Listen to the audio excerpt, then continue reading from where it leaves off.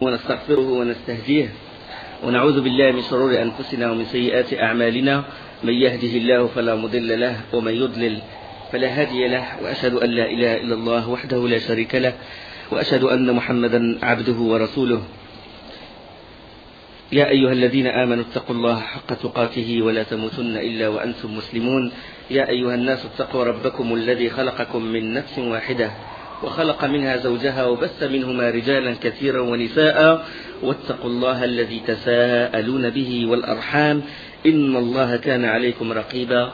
يا أيها الذين آمنوا اتقوا الله وقولوا قولا سديدا يصلح لكم أعمالكم ويغفر لكم ذنوبكم ومن يطع الله ورسوله فقد فاز فوزا عظيما.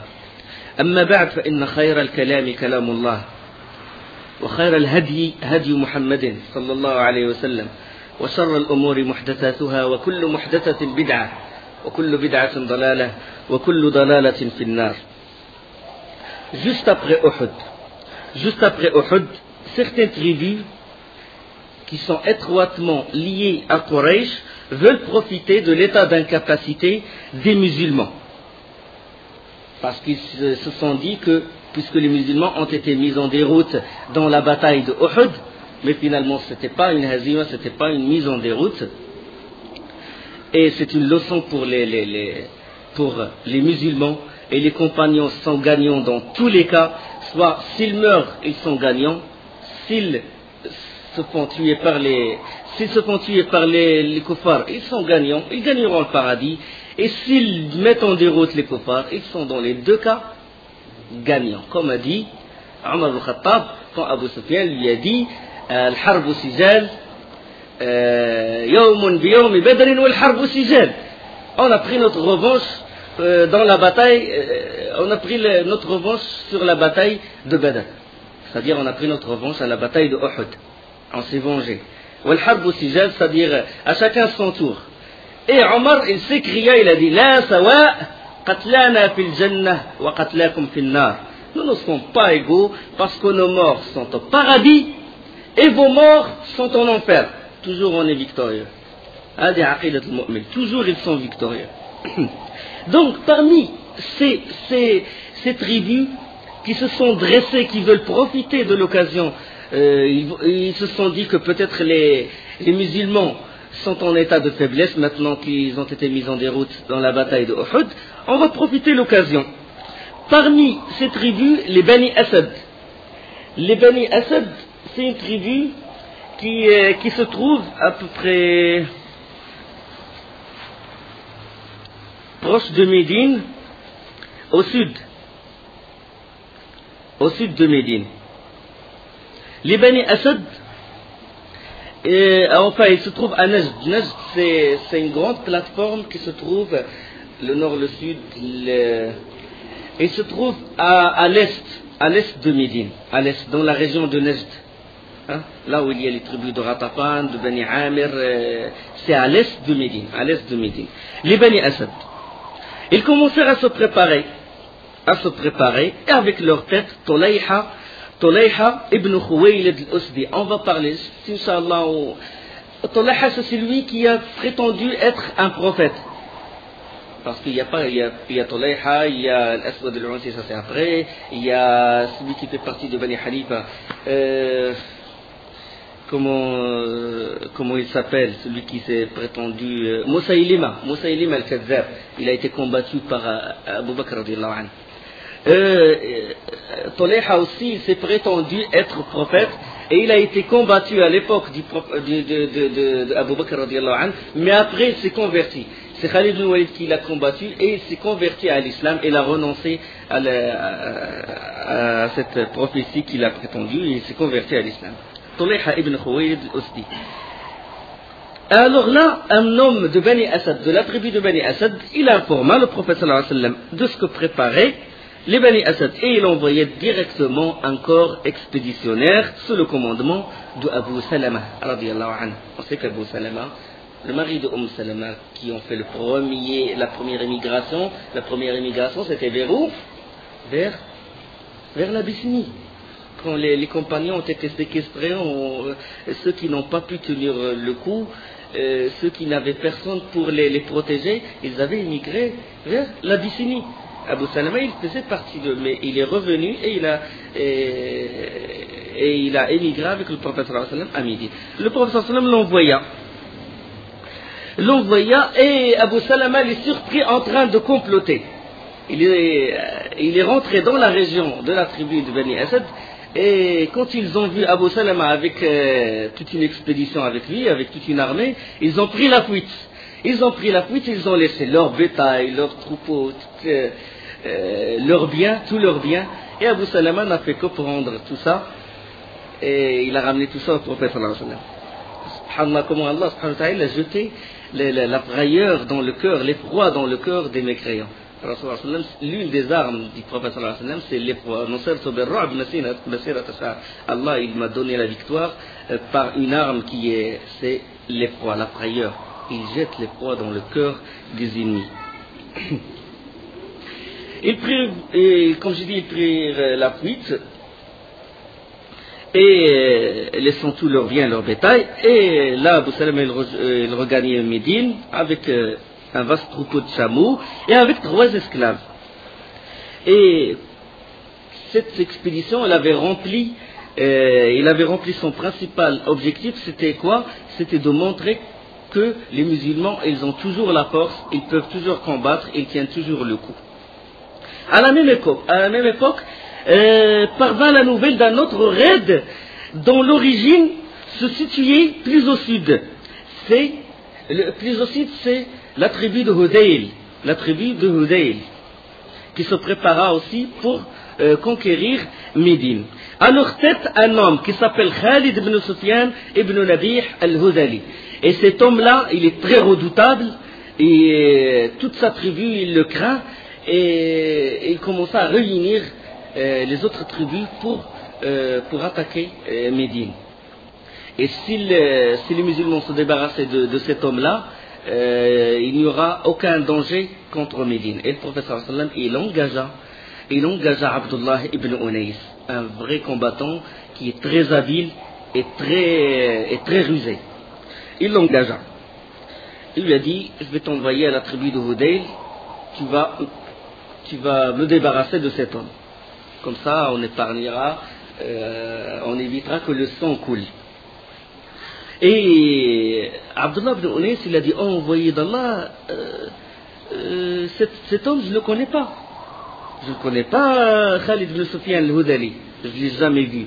Et le prophète sallallahu alayhi wa sallam lui répondit, il a dit, lorsque tu le verras, tu seras secoué par un frisson, par une peur. Et Abdullah ibn Unais s'est étonné, il a dit, d'habitude, je n'ai jamais eu peur d'un homme. Jamais un homme ne m'a fait peur. Mais il avait ce signe, le prophète sallallahu alayhi wa sallam lui donna ce signe. Et il est parti, tout seul, marchant à pied. Les savants, ils appellent cette expédition l'expédition d'Abdullah ibn Unais. Sariyat Abdullah ibn Unais, tout seul, tranquille, marchant. Il rentra dans la cité de Hudayl. Là, il n'inspire aucun soupçon. Les gens, ils voient une personne marcher. Il va faire peur à personne. Et puis là, il monte à un monticule et dès qu'il a vu un homme entouré de plusieurs femmes. Et subhanallah, il a été secoué par une crainte, par une peur. Il a été touché par... Il a dit, le professeur sallam, il a raison, c'est cet homme-là. Et là, il a voulu se diriger vers lui, mais c'était l'heure de l'Asr. C'était l'heure de l'Asr, il s'est dit, bon, si je fais la prière de l'Asr, il se peut qu'il part, qu'il me devance et que je le retrouve plus. Et si je fonce vers lui et que je me dispute avec lui pour le tuer, qu'il risque que le temps va passer, que je raterai l'Asr, qu'est-ce que je vais faire? Bon, et qu'est-ce qu'il a fait après? Après réflexion, il a fait la prière de l'Asr en marchant. C'est ce qu'on appelle salat talib wal matloub. Et quand on est dans des situations comme ça, il est autorisé de faire la prière en marchant. Il a fait la prière en marchant. Bon, l'homme est entouré de ses femmes, il commence à discuter avec lui. Il a dit, la première chose qu'il lui a dit, Khalid ibn Sufyan, il lui a dit, de quelle tribu appartiens-tu? C'est la première question que pose. Il a dit de Roza'a. Et ça, c'est par intelligence de Abdullah ibn Unais. Parce que les Khuza'it, la tribu de Khuza'a, ceux qui sont à l'extérieur de la tribu, ils les appellent Khuza'a avec Kha. Mais les gens de la tribu de Khuza'a, ils ne se nomment pas Khuza'a, ils se nomment Roza'a. Ils utilisent la lettre Ra. Ça pour vraiment convaincre pour convaincre Khalid ibn Sufyan al-Hudali qu'il fait vraiment partie de cette tribu. Parce que cette tribu, il a voulu s'allier avec lui pour combattre le prophète sallallahu alayhi wa sallam. Il a dit, j'ai entendu parler que tu réunissais les gens, que tu dressais les gens contre le prophète, contre Mohammed, tu veux le combattre, et je veux être avec toi. Et ils entamèrent la discussion jusqu'à ce que Khalid ibn Sufyan al-Hudali soit tranquillisé, s'est mis à l'aise, et Abdullah ibn Unais, il attend que les femmes s'éloignent de l'homme. Dès qu'ils s'éloignèrent, il sortit un poignard et commença à le transpercer. Jusqu'à ce qu'il a été sûr qu'il est mort. Et il a pris la poutre. Les femmes sont retournées, commençaient à se lamenter. Il était avec qui? Avec un homme, avec un étranger. Abdullah ibn Unais retourna directement à Médine. Dès qu'il rentra à Médine, souriant, le prophète sallallahu alayhi wa sallam l'a regardé comme ça, il a dit: correspondit ton visage, Abdullah ibn Unais. Et Abdullah ibn Unais, il dit: correspondit ton visage, envoyé d'Allah, j'ai accompli ma mission. Et avec cette opération commando, si vous voulez, qui a été effectuée par Abdullah ibn Unais, ça a fait épargner, c'est-à-dire que le sang coule entre la tribu de Hudayl, c'est-à-dire derrière cette opération, il y a une miséricorde finalement. Ça veut dire qu'il n'y ait pas de combat, qu'il n'y ait pas de grandes batailles, que des musulmans périssent. Donc, quand il s'est débarrassé de cet homme, la tribu de Hudayl, il s'est dit, quand un homme qui vient et qui se débarrasse du chef qui nous fait peur, alors là, ce n'est pas la peine d'aller le combattre. Et ils renoncèrent à s'attaquer à Médine. Une opération pareille a été effectuée contre un juif qui s'appelle Ka'b ibn al-Ashraf. Ce Ka'b ibn al-Ashraf, il insultait beaucoup le prophète sallallahu alayhi wa sallam. Et le prophète sallallahu alayhi wa sallam, il a dit: qui me débarrasse de Ka'b ibn al-Ashraf, car il a fait beaucoup de tort à Allah et à son messager. Et bon, Ka'b, il lançait contre le prophète sallallahu alayhi wa sallam beaucoup de ce qu'on appelle les traits satiriques, les hija'. Il insultait par les poèmes. Et il incitait les Quraysh à venir s'attaquer, à venir tuer Muhammad sallallahu alayhi wa sallam. Et le prophète sallallahu alayhi wa sallam, il engagea un homme pour aller se débarrasser de lui, et cet homme, il s'appelle Muhammad ibn Maslama. À propos de cet homme-là, à propos de Ka'b ibn al-Ashraf, à propos des juifs et des associateurs qui disent du mal, qui insultent le prophète sallallahu alayhi wa sallam, qui insultent Allah et qui, comme j'ai dit, qui font des traits satiriques contre le prophète sallallahu alayhi wa sallam, Allah, il révéla la tublawunna fi amwalikum wa anfusikum ولا تسمعن من الذين أوتوا الكتاب من قبلكم ومن الذين أشركوا أذى كثيرا وإن تصبروا وتتقوا فإن ذلك من عزم الأمور.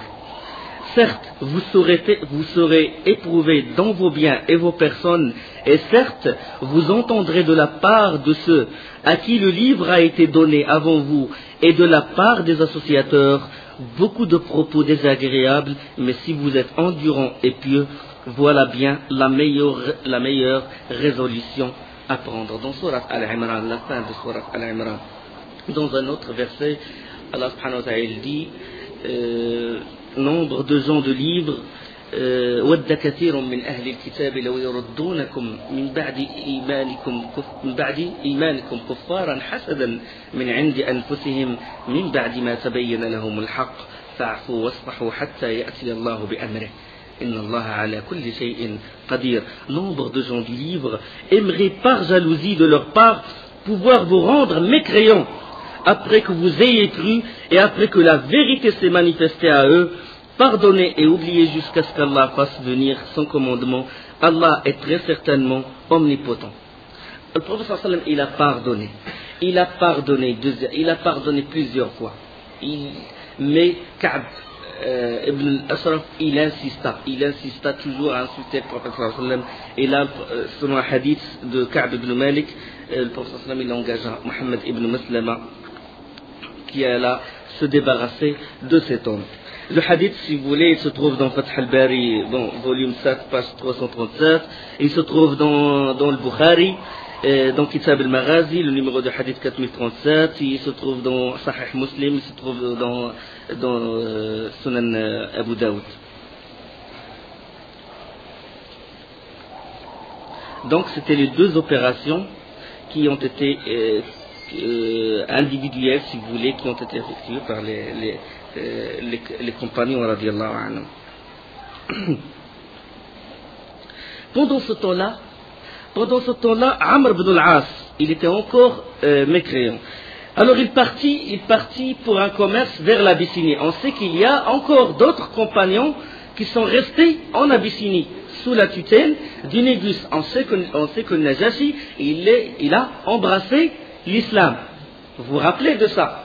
Quand même comment on appelle ça, les évêques et tout l'entourage commencèrent à se dresser contre lui quand il a confirmé ce qu'a dit Ja'far ibn Abi Talib radiallahu anhu, quand il lui récita les versets de Surat Maryam et que Isa alayhi salam est fils de Marie, n'est qu'un prophète, il n'est pas le troisième des trois, il n'est pas le fils de Dieu, et que Najashi il confirma ce qu'il a dit. Les évêques commencèrent à se dresser contre lui, puis ils allèrent le voir et lui dire on a vu que tu disais quelque chose qui contredit notre religion, contredit le christianisme, etc. Il a dit que professez-vous à propos de Isa? Il a dit nous on croit que c'est le fils de Dieu. Il a dit moi je crois en ceci. Et il avait le parchemin, il avait le Coran, des feuillets que lui donnait Ja'far radiallahu anhu. Il avait des feuillets du Coran, il les cachait comme ça derrière sa tunique. Il a dit moi je suis sur ceci, c'est-à-dire je suis sur le Coran, pas sur ce que vous dites. Ça c'est, il a dit je suis sur ceci, ça veut dire sur le Coran. Et là il a fait ça, il calma l'atmosphère, la tension des évêques. Il a embrassé l'islam. Amr ibn al-As n'a pas encore embrassé l'islam. Il a fait les Arabes, ils font d'habitude le commerce, soit vers Sham ou Yémen, des fois vers l'Abyssinie. Il est allé voir le Négus, Amr ibn al-As. Et pendant ce temps-là, le prophète sallallahu alayhi wa sallam, il envoya un compagnon qui s'appelle Amr ibn Umayya ad-Dumri. Il l'envoya pourquoi? Il l'envoya en Abyssinie pour demander au mariage Habiba radiallahu anha, bint Abi Sufyan. Abu Sufyan est encore mécréant. Il n'a pas encore embrassé l'islam. Et sa fille, elle a embrassé l'islam, elle fait partie de ceux qui ont émigré vers l'Abyssinie, de la Mecque à l'Abyssinie. Pour demander, il envoya Amr ibn Umayya ad-Dumri pour demander Habiba au mariage. Elle était mariée avant avec Ubaydullah ibn Jahsh.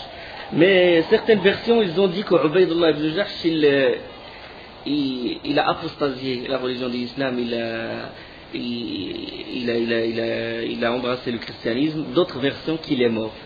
On ne sait pas laquelle qui est authentique. De toute façon, le prophète sallam, il envoya Amr ibn Umayya ad-Dumri pour demander Habiba au mariage. Amr ibn al-As, quand il a vu Amr ibn Umayya ad-Dumri, là, quand il l'a vu, et vu les dissensions la récente bataille de Uhud entre les Quraysh et les compagnons, il a voulu profiter de l'occasion. Il a voulu le prendre comme prisonnier. Il ramena beaucoup de cadeaux au Négus. Il ramena beaucoup. On sait que le Négus, il aime beaucoup les potanés. Et il lui donna beaucoup de cadeaux au Négus. Puis il dit au Négus, si tu veux vraiment me récompenser, livre-moi cet homme, Amr ibn Umayya. Livre-moi cet homme pour que je l'emmène à la Mecque. Comme ça pour me venger.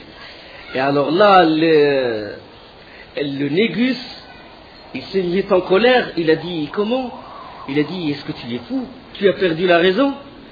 Tu veux que je te livre un messager qui vient d'un autre messager qui reçoit le message d'Allah. C'est un messager du prophète, d'un prophète. Et il commence à expliquer à Amr ibn al-As, il commence à lui expliquer l'islam, la prophétie, les livres. Subhanallah, le Négus, qui n'est pas un arabe et un abyssin, il commence à faire da'wa à Amr ibn al-As, qui est un pur Qurayshite et qui est un pur arabe, et il commence à lui prêcher, à lui montrer, à lui réciter, lui citer les enseignements de l'islam, la prophétie. Et subhanallah, le cœur d'Amr ibn al-As, il fut ouvert à l'islam. Et il s'est converti, il ne s'est pas converti directement, mais il a été touché par les propos du Négus. Et là, bien sûr, le mariage a eu lieu, et c'est le Négus qui a célébré le mariage, et c'est lui qui a fixé la dot de Habiba, 4000 dirhams, et Khalid ibn Saïd ibn al-As, il fut le tuteur de Habiba, le wali. Et le qadi, c'était le Négus, Najashi, et Amr ibn Umayya al-Dumri, c'était Wakil. Il remplace le prophète sallallahu alayhi wa sallam. Il organisa un festin pour l'occasion, Najashi. Rahimahullah wa radiyallahu anhu. La 4e année de l'Hégire a eu lieu ce qu'on appelle la tragédie de Bi'r Ma'ouna. La tragédie de Bi'r Ma'ouna. C'est qu'Abu al-Bara ibn Amir est l'un des notables de la tribu de Bani Amir qui se trouve à l'est de Médine, la région de Nejd, proche de Ratafan, de Bani Salim. Et cet homme-là, qui s'appelle Abu al-Bara ibn Amir, on l'appelle aussi, on le surnomme le manieur de lance. Mula'ib al-Asinna. Il maniait très bien les lances. Il vint à Médine et il rencontra le prophète sallallahu alayhi wa sallam.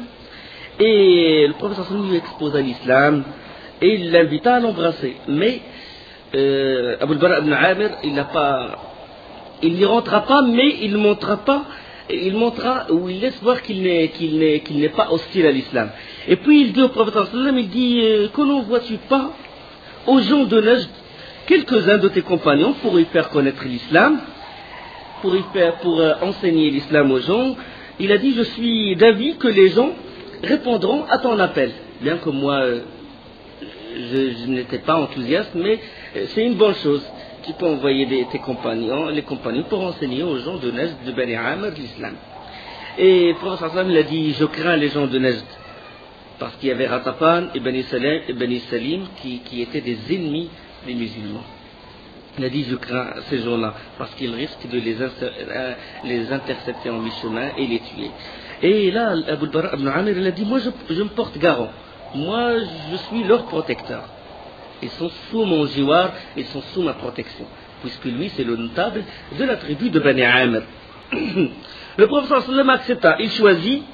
Il choisit 70 de ses compagnons, éminemment représentatifs de l'islam. Dans la science, c'est des grands savants parmi les compagnons. C'est ce qu'on appelle le Qurra, parmi lesquels Amr ibn Fuhayra, on a parlé de son histoire lors de l'immigration, c'est lui qui était l'esclave qui a été affranchi de Abu Bakr, c'est lui qui gardait le troupeau de moutons de Abu Bakr. De même, Urwa ibn Asma ibn Salt et d'autres. Alors, ils marchèrent jusqu'à une région qui s'appelle Bi'r Ma'ouna. Bi'r, ça veut dire puits de Ma'ouna. Situé à mi-chemin entre les Bani Amr et les Bani Sulaym, entre deux tribus. Les Bani Sulaym et il y a Bani Amr, et entre les deux, il y a les puits de Ma'ouna. Alors là, ils descendirent, ils campèrent près du puits, c'est un point d'eau, donc pour profiter de l'eau. Et Al-Mundir Ibn Amr, l'un des compagnons, l'un des grands savants des compagnons, il envoya, sous les prescriptions du prophète sallallahu alayhi wa sallam, il envoya un compagnon qui s'appelle Haram ibn Malhan. Il l'envoya à Amir ibn Tufayl. Amir ibn Tufayl, il est le neveu de Abu al-Bara ibn Amr. Il est le neveu du notable de la tribu de Bani Amr. C'est lui qui a remplacé ce notable-là. Amr ibn Tufayl. Avec une lettre, il envoyait avec une lettre où le professeur l'appela à l'islam. Haram se présenta devant Amr. Il se présenta comme ça pour donner la lettre du prophète sallallahu alayhi wa sallam. Et Amr ibn Tufayl, il n'a même pas ouvert cette lettre, il a fait directement signe à l'un de ses gardiens pour tuer Haram ibn Malhan. Et le gardien, il a pris une épée, il transperça par derrière le Haram ibn Malhan. Et Haram ibn Malhan, avant de s'affaisser par terre, il a dit Fuztu wa Rabbil Kaaba. Il a dit j'ai triomphé par le Seigneur de la Kaaba, j'ai triomphé. C'est quoi? C'est shahid. Parce qu'il a été l'envoyé, c'est le prophète qui l'a envoyé pour une mission. Du moment qu'il soit tué dans cette mission, c'est qu'il a triomphé. Et les gardiens, ils étaient perturbés. Comment ça se fait que quelqu'un qui va tomber, qui est mort, il dit ces propos-là? Ça veut dire qu'il a vraiment une conviction que cette religion, il est d'une grande importance. Ça commençait à mettre le doute dans la tête des gardiens de Amr ibn Tufayl. Et il le trahit comme ça, subhanallah, sans lire la lettre, sans rien. Et d'habitude, chez les Arabes, et même partout, on ne tue jamais un messager. On ne tue jamais un messager. Quand il y a des pourparlers, quand la personne il envoie un messager, normalement, c'est prescrit dans leur loi, dans toute la péninsule arabe, même chez les Perses, même chez les Romains, on ne tue pas un messager. Et pourtant, c'est ignoble. Amr ibn Tufayl, il tua Haram ibn Malhan, radiyallahu anhu. Et alors là, qu'est-ce qu'il a fait Amr ibn Tufayl? Parce qu'il est déjà au courant du prophète sallam et toujours il a eu la haine contre le prophète sallam et il veut le combattre. Il a toujours l'intention de combattre le prophète sallam. Il lança un appel. Amr ibn Tufayl lança un appel aux membres de sa tribu. Et les membres de sa tribu, ils refusèrent. Parce qu'il lui revend que Abu al-Bara ibn Amr, c'est lui qui a assuré la protection de ces gens-là, des compagnons. Lui, il a fait appel pour combattre, pour tuer ces gens-là, pour tuer les compagnons, les 70 compagnons que le prophète a envoyés. Et ils refusèrent, les gens de la tribu ont refusé de se mettre, d'obéir à Amr ibn Tufayl. Alors là, lorsqu'il s'avéra que la tribu se rangeait presque unanimement du côté de Abu al-Bara, et on aurait la protection de celui-ci, et le neveu, qu'est-ce qu'il a fait? En état de dépit, il envoya un message à 2 clans d'une tribu, le clan de tribu de Sulaym, qui sont aussi des ennemis du prophète sallallahu alayhi wa sallam. Et alors là, ils acceptèrent, directement ils acceptèrent. Quand les compagnons, ils campaient sans méfiance dans Bi'r Ma'ouna, ils furent surpris par toute une cavalerie de Bani Sulaym et à leur tête Amr ibn Tufayl. Les pauvres, ils n'avaient pas d'armes. Ils comptaient sur la protection de Abu al-Bara ibn Amr. Ils furent surpris 70 des Qurra. Et ils étaient les pauvres en train d'enseigner, d'étudier le Coran, en train de le réciter, etc. Et toute une armée de Ra'l, Zikwan, différentes tribus, des clans de différentes tribus, ils forment cette armée-là. Et là, ils massacrèrent entièrement les 70 compagnons du prophète, excepté 2 personnes, excepté Amr ibn Umayya al-Dumri et un autre compagnon, Harith. Les deux, pourquoi ils n'étaient pas dans le camp? C'est parce qu'ils ont emmené avec eux les chameaux pour les faire paître. Et quand ils sont retournés, ils furent surpris par des vautours qui tournaient autour de la région de Bi'r Ma'ouna. Et là, ils commençaient à avoir du doute et ils commencèrent à se cacher derrière des rochers et à voir de loin. Et là, quand Amir a vu la scène, il a vu que tous les compagnons gisant par terre et que l'autre, Amir ibn Tufayl et toute l'armée étaient là, pas loin. Il était d'avis de retourner. Il a consulté son frère, Harith, et il a dit il vaut mieux qu'on retourne, qu'on emmène l'information au prophète sallallahu alayhi wa sallam, et lui il décide de ce qu'il veut. Et le Harith il a dit non. Il a dit moi mes frères ont été tués, moi il a dit je ne... surtout il portait beaucoup d'amour à Al-Mundhir ibn Amr, il a dit moi je vais combattre. Il a dit parce que je me suis engagé de ne jamais laisser tomber mon frère Al-Mundhir ibn Amr. Et il s'engagea, il se jeta sur l'ennemi, subhanallah, tout seul, et il fut tué. Et quand Amir ibn Umayya al-Dumri, quand il a vu, il est resté tout seul. Il dit mes compagnons, tous mes compagnons ont été tués, le frère qui est à côté de moi, il s'est engagé avec un acte de bravoure contre l'ennemi, moi aussi je vais m'engager. Et il se jeta lui aussi sur l'ennemi. Toute une cavalerie. Mais il ne fut pas tué, il fut emprisonné. L'ignoble Amir ibn Tufayl lui a dit de quelle tribu tu viens? Il lui a dit de Domra. Moi je fais partie de la tribu de Domra. Et Amir ibn Tufayl a dit de Domra, tu fais partie de la tribu de Domra.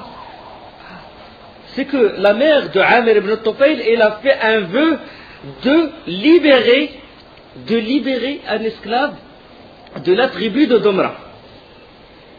Il a fait un vœu, ce qu'on appelle nazar. Il a dit je m'engage auprès de Dieu de libérer un esclave qui fait partie de la tribu de Domra. Et la tribu de Domra, tous, il n'y a aucun esclave dans cette tribu. Tous c'est des hommes libres. Il a dit je vais te libérer pour combler le vœu de ma mère.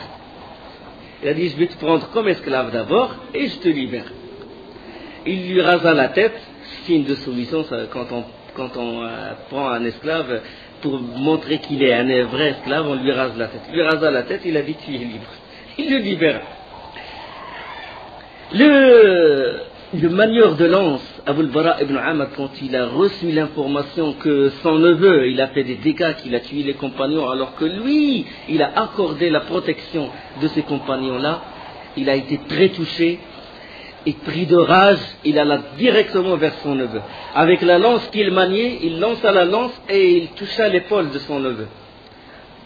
Il toucha l'épaule de son neveu, il a dit comment tu m'as trahi, je me suis engagé pour être protecteur de ces gens-là, et tu m'as trahi.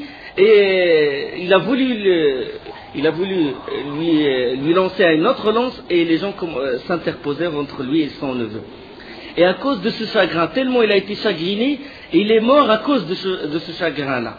Abu al-Bara ibn Amr, le manieur de lance. Il a été très touché, parce qu'il a été trahi et qu'il s'est engagé, il a fait une promesse au prophète sallallahu alayhi wa sallam. À cause de ça, et ça l'a touché qu'il est mort à cause de ça. Subhanallah.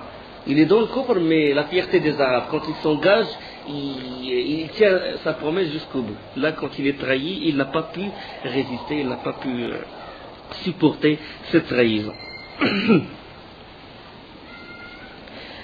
70 des compagnons du prophète sallallahu alayhi wa sallam ont été tués d'un seul coup. 70 à parler de 70 déjà à Uhud. Juste après Uhud, la 4e année de l'Hégire, 70 autres. Le prophète sallallahu alayhi wa sallam fut beaucoup touché par cette perte. Hamza dans les 70 de Uhud, et maintenant les grands, les meilleurs des compagnons ont été tués comme ça, subhanallah, sans bataille, sans rien du tout. Le prophète sallallahu alayhi wa sallam, il a fait salat al-qunut tout un mois entier.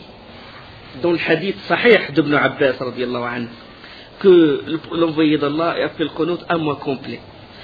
Zuhr, l'Asr, ça c'est la parole d'Ibn Mas'ud. Zuhr, l'Asr, le Maghrib, l'Isha ou le Fajr. Après, Rafa' min al-ruku' dans la dernière raka'a. Du moment où il dit Sami'a Allahu liman hamida Rabbana wa lakal hamd, il lève les mains et il fait dua contre ces Allahumma al'an ri'lan wa dikwan, Allahumma. Il commence à, il dit Allah, venge-toi sur ces gens-là, venge-toi sur ces gens-là. Il lève les mains, il a fait un mois de qunut contre ces gens-là. Donc le qunut, on peut le faire dans des situations comme ça. Par exemple, quand un émir ou quand un responsable d'une tribu ou d'un pays il est envahi par les ennemis et qu'il ne peut pas s'en sortir, il fait le qunut. Quand les musulmans sont dans une situation de gravité, ils font le qunut. Donc dans une situation comme ça, il est autorisé de faire le qunut en dehors du mois de Ramadan. N'en parlons pas du mois de Ramadan, parce que c'est une sunna de faire le qunut dans Salat Tarawih, comme c'est connu, c'est la plupart d'entre vous. Il a fait ce qunut là. Le hadith il est rapporté par Abu Daoud, il est authentifié par Al-Hakim et il est authentifié par le Hafid al-Zahabi rahimahullah. Donc c'est un hadith authentique, sahih. Alors, dans sa route pour informer le prophète sallam, Amr ibn Umayya al-Dumri rencontra deux hommes de Bani Amir.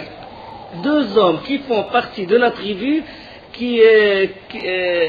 dont le responsable, Amir ibn Tufayl, a comploté pour tuer ses frères, les compagnons du prophète sallam.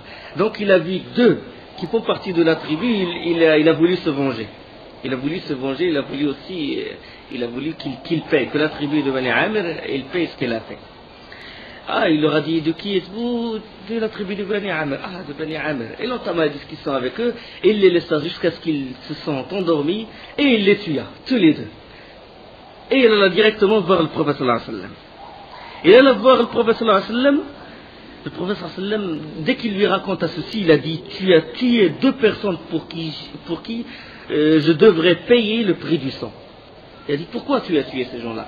Les Bani Amir, ils avaient un pacte de réconciliation avec le prophète sallallahu alayhi wa sallam. Parmi les pactes qu'il a fait, c'est-à-dire que les gens, ils étaient sous l'immunité du prophète sallallahu alayhi wa sallam. Ils avaient le pacte. Eux, ils ont trahi le prophète sallallahu alayhi wa sallam. Mais le prophète sallallahu alayhi wa sallam l'a dit, je dois payer le sang. Puis il envoya à Bani Amir, il a dit aux proches parents de ces deux personnes qui ont été tuées, de venir pour prendre le prix diya, ce qu'on appelle diya, le prix du sang. Parce que j'ai fait un engagement qu'aucun musulman ne doit tuer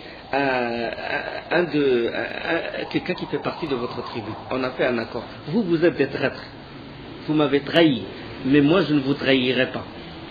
Il a dit, moi je ne vous trahirai pas, venez, je vais vous payer. Pour vous montrer la clémence de l'islam, pour vous montrer les musulmans, la trahison, il ne fait pas partie du caractère d'un musulman. Un musulman n'est jamais un traître. Il a dit, moi je paye. Même si vous me trahissez, moi je ne vous trahirai pas. L'histoire de cette rançon, on va en parler bientôt, Inch'Allah. Alors juste après la tragédie de Bi'r Ma'ouna, il y avait Ghazwat al-Raji'a. Et on sait que beaucoup de tribus, maintenant, toutes les tribus, ils se préparèrent pour attaquer les Médines. Ils se manifestèrent et se réunissaient et s'alliaient entre eux pour combattre le prophète sallallahu alayhi wa sallam. Juste après, et ceci après Uhud. Ils se sont dit, bon, ils étaient affaiblis par la bataille de Uhud, on doit profiter de l'occasion.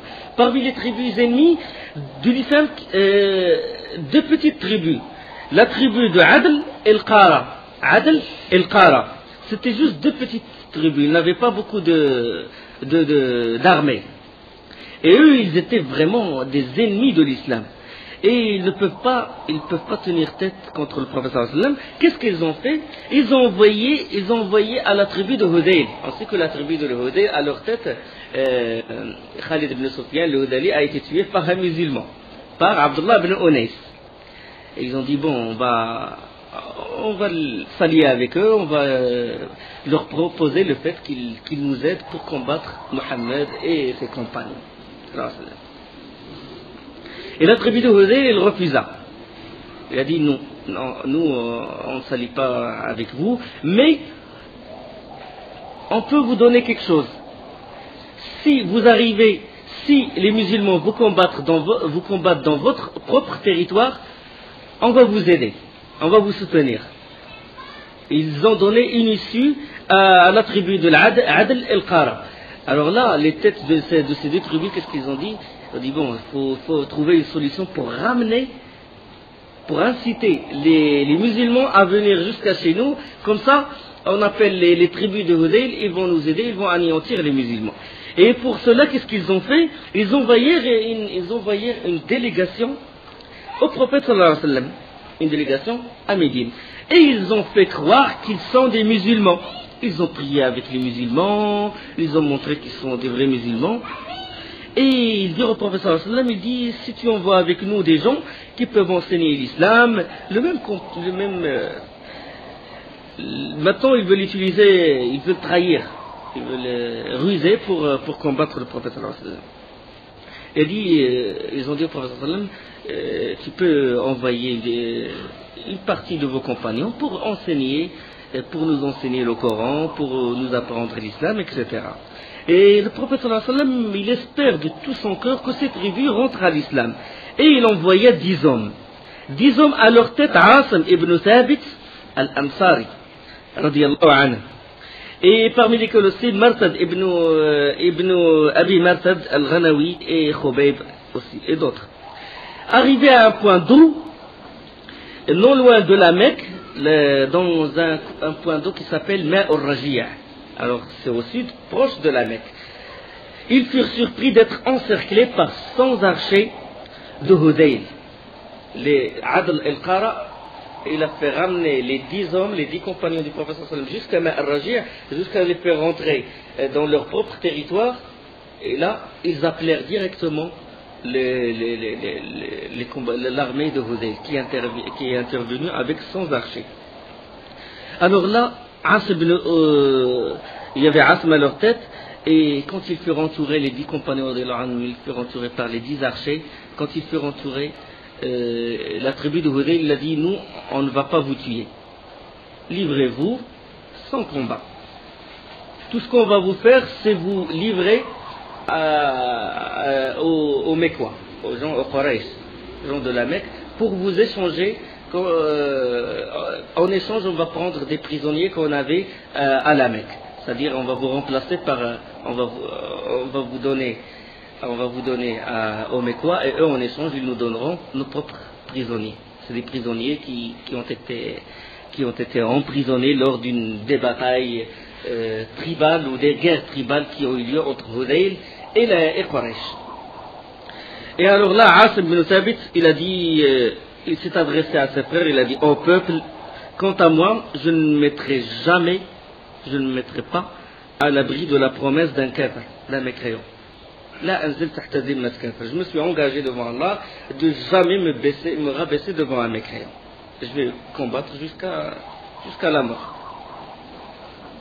Et là, Asim il refusa de se livrer et il les combattit. Il a pris son épée et ils le tuèrent. Et ils tuèrent d'autres compagnons qui refusèrent de se livrer. Quant à Khubayb, Zayd ibn Dathina et un troisième compagnon, ils se sont livrés. Ils se sont livrés à la tribu de Hudayl. Mais quand ils se saisirent de ces 3 prisonniers, Khubayb et Zayd, et la troisième personne, ils s'apprêtaient à les ligoter. Et puis le troisième, il a dit, j'ai eu en mes frères une vraie leçon. Je ne vais pas me livrer moi aussi. Et il commença à se débattre. Eux, ils le traînent par force. Et lui, il refuse jusqu'à ce qu'il fût tué lui aussi. Et les 2 prisonniers, Zayd et Asim ibn Thabit, et l'autre prisonnier qui est Khubayb, ont été livrés au Quraysh. Et la suite, Inch'Allah, bientôt. Subhanakallah wa bihamdik. Ashhadu an la ilaha illa ant. Astaghfiruka wa atubu ilayk.